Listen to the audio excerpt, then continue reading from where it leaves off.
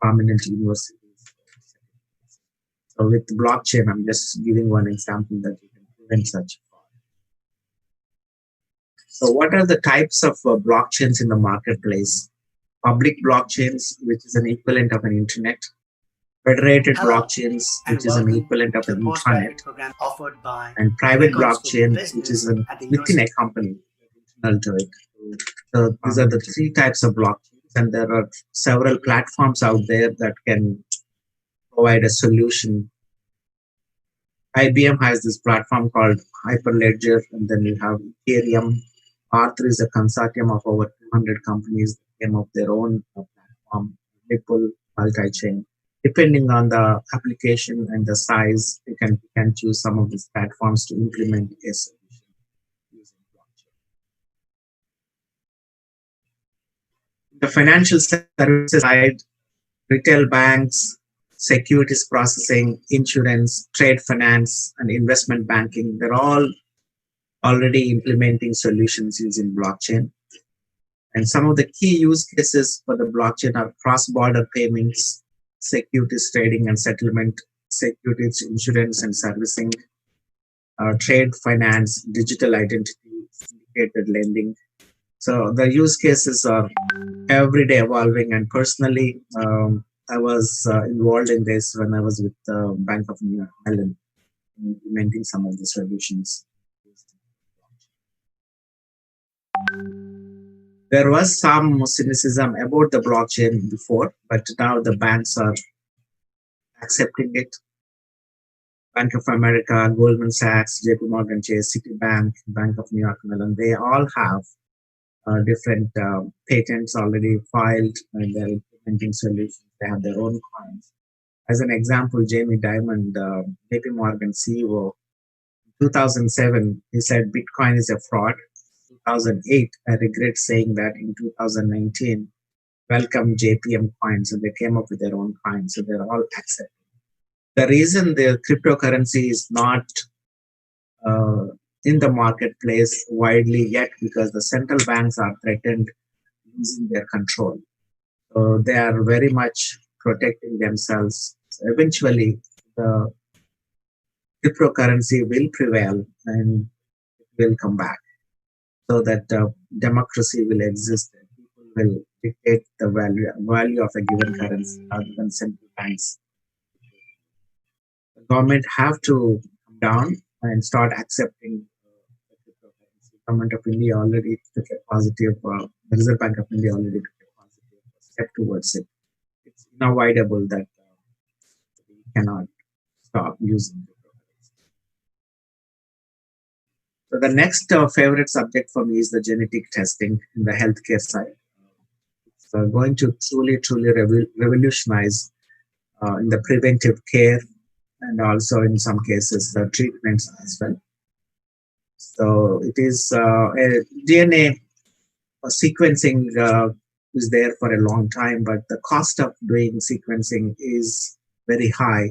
That is the reason it is taking time to come to masses, this particular technology. But it is coming slowly to using technology, revolutionize in the.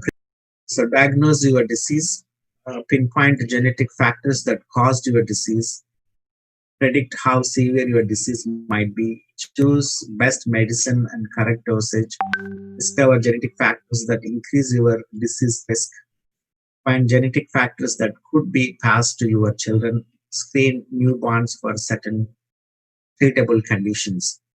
The most advanced way of using genetic data is through DNA editing. I'll give you one example. There's about 240 single gene defects are identified already.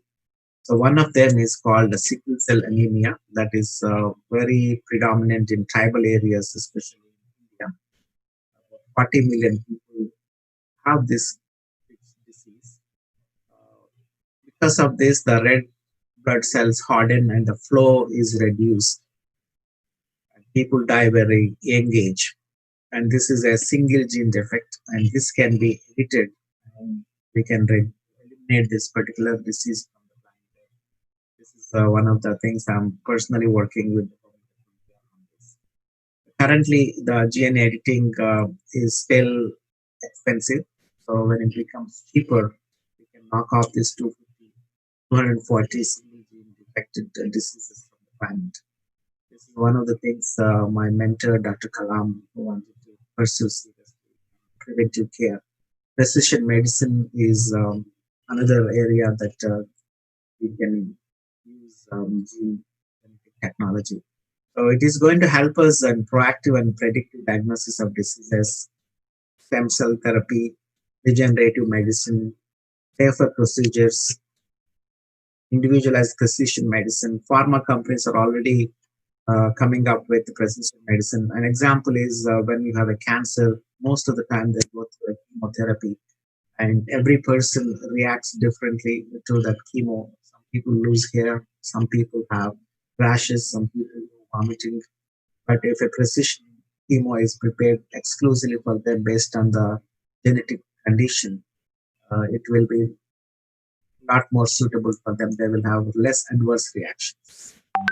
So fully customized body parts with 3D printing, there won't be any rejection of the when they do organ transplantation. We know their genetic profile. High precision, cheaper and faster cure. Countries like India with 1.3, 1.4 billion people. So imagine most of the time we are only reacting after the fact when somebody falls. If we can have this genetic profile data for every citizen of India, we can predict what kind of diseases the population has and how do we plan for it ahead of the time and where to invest our money for research and innovation. So this will go a long way actually. Most of the money spent in the world is on the health. And if we can do prevention, we can save many lives as well as save a lot of money. The next big wave is coming your way is the 5G broadband future. So it's going to impact the transportation and the content, healthcare, housing, disaster relief, consumer electronics, education, safety, and lifeline systems. It's really going to revolutionize. It is a replacement. It is not an upgradation of the 3G or 4G. It is total replacement of the technology. And Reliance in India is already deploying this solution, and China already deployed, Japan already deployed, US is in the process going to marketplaces. 5G promises to bring the reliability, latency, and scalability, security, architecture, services, edgeless computing, so many mind-boggling applications.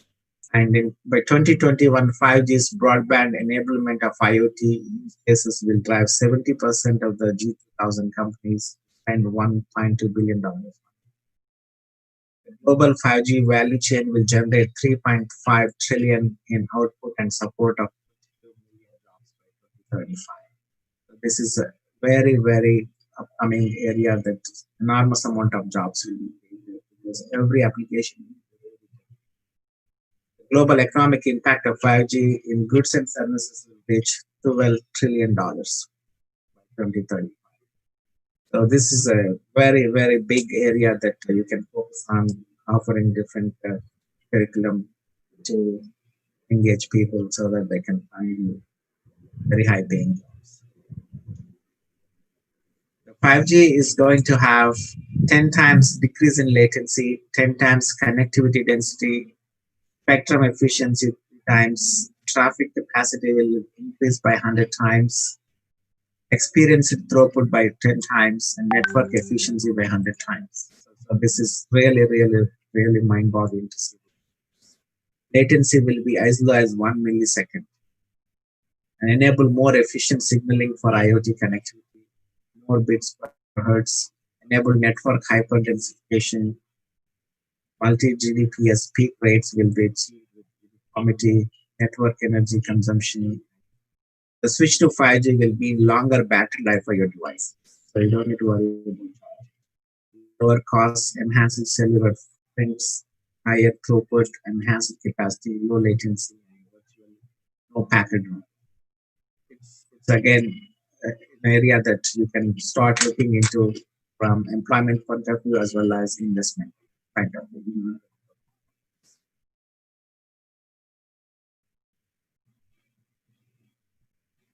So the next major technology that is going to come up is the virtual and augmented reality.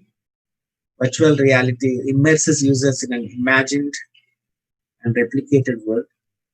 Mixed reality, virtual objects integrated into and responsive to the real world. Augmented reality overlays digital imagery onto the real.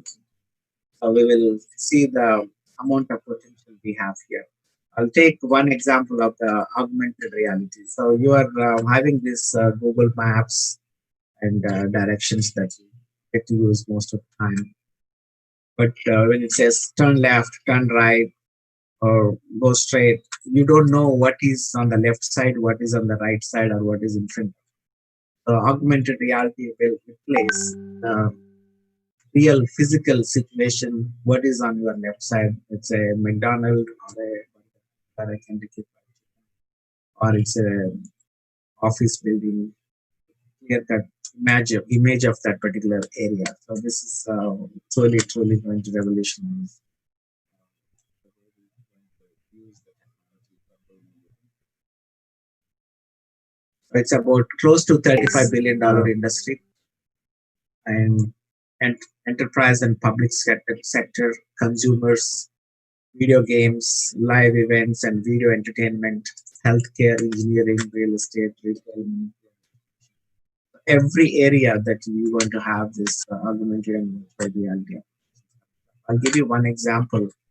When a surgeon wants to do a brain surgery to remove a part in the brain, it is something that is so precise, you cannot get to do a trial and error. Using the virtual reality, the image of the brain, the surgeon can work on it before really working on the real brain, physical brain of it. So this is one example, and pilot training simulations.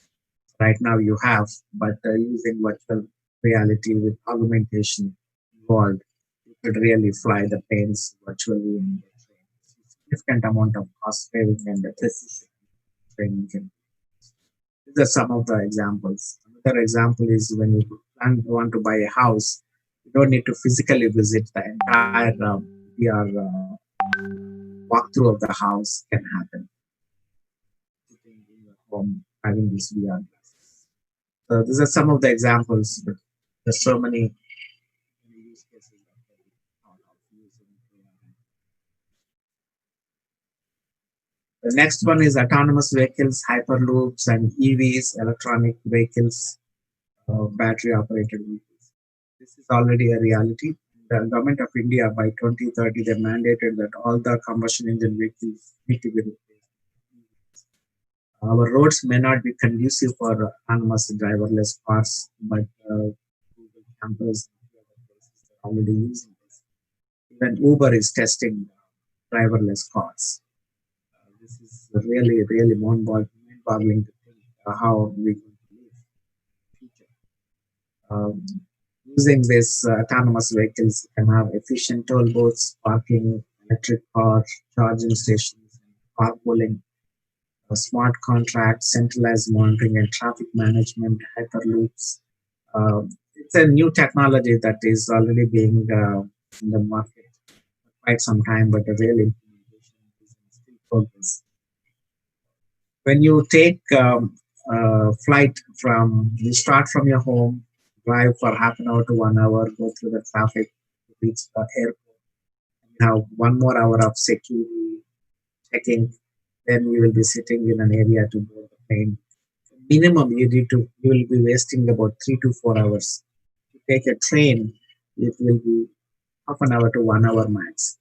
And but the train may take longer time to reach your destination. May not be as fast as you fly.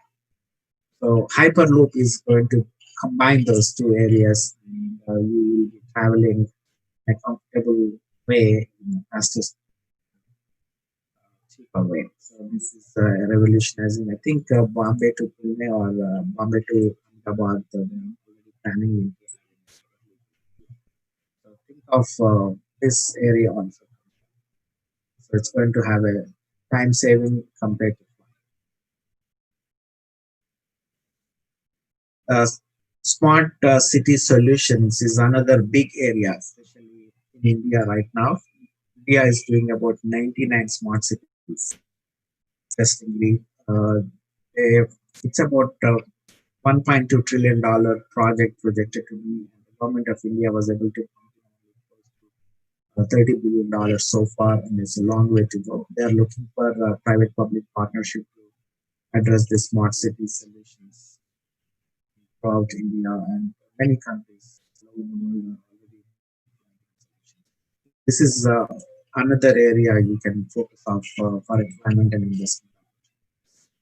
A lot of new technology need to still evolve, really making a difference in several areas like e-governance and citizen services, public information and grievance redressal, electronic service delivery, citizen engagement, eyes and ears, video crime monitoring, and some of the things that you can see in smart city. Waste management, water management, energy management, smart meters. The government of India has already mandated that all electric meters need to be replaced. There's a lot of power theft is happening. They're losing several $billion per year without having the smart meters. So they're mandated that very soon they'll be replacing all the analog meters with the smart meters so that a centralized monitoring can happen, and automated troubleshooting, all those things. Renewable source of energy, energy efficient and green buildings. The urban mobility side, for example, in Bangalore, you may have a lot of traffic issues. So you will have the smart parking, intelligent traffic management, model transport. Others like telemedicine, teleeducation, innovation, paid facilitation centers, skill development centers. These are some of the core areas of a smart city. And government of India is going in a big way to convert 99 cities into smart cities.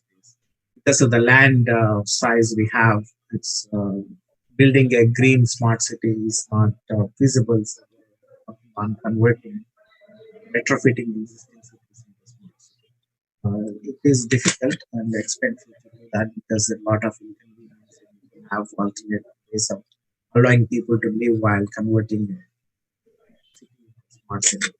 But they're working on it. So this is some few things that I wanted to share today, and I'm open for any questions and answers. If any of you want to reach me, hari.ignapali@gmail.com, and it's a pleasure and honor talking to you. I would like to personally thank Dr. Hari Krishna Maram for connecting me to this opportunity to meet all of you virtually. One day when I visit post-COVID to Bangalore, I look forward to meeting some of you. And any questions, feel free to reach out to me anytime. I would like you to be careful and be safe as the country is opening up for business, and a lot of migrant laborers who had enormous amount of suffering. Eventually, they were able to reach their destination, their hometowns. But now with that, the COVID is spreading in villages as well, which they did not have before. So India need to be very careful as you see that the number of cases are really increasing. So please pay attention and maintain the social distancing, wear a mask, and use all the precautions that are needed to live with COVID. And we have to live with COVID. If not, somebody will, some other virus will come and hurt us in the future. So use the technology to the fullest extent. Take advantage of this. Hello. Thank you. Thank you very much. And wonderful talking to you all. And I'll be on line to Hello. take it. Hello, sir. Yes. Yeah. So the audience, any audience has any questions? Can we have a Q&A session? Please go ahead. So request the audience to pose the questions, if any.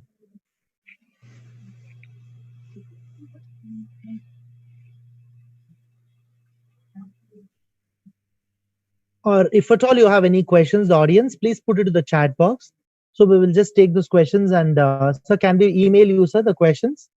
Wonderful. Yeah, you can do that. If they Yes, prefer sir. to ask later, they can Oh, email, and oh, shared my okay. email address already. Yeah. If they have Okay, any sir. questions now, I'll be happy to answer. Yeah, sir.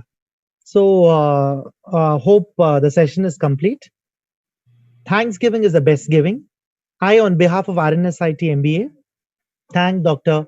Hari Ennapalli, the speaker of the session, for his knowledge sharing address, which he gave it for the entire gathering.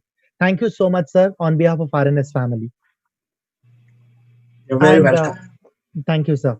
And we would also like to acknowledge our thanks to our technical partner, Vision Digital India, and Karnataka Management Association, and Business Standard, who was a knowledge partner. And thank you, sir, on behalf of RNS family, and request all the participants to kindly fill the feedback form, which will be sent to your email IDs, followed with which the e-certificates will be provided for all the participants. Thank you all. See you tomorrow at 11 a.m. for the healthcare webinar. Thank you so much. And wholeheartedly, we also thank Dr. Hari Krishna Maram, sir, for his presence. Thank you, sir.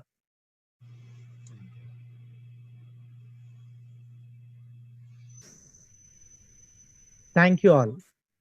Thank you. Thank you, sir. Thank you. And we will send the recording of the session to all the participants. Thank you.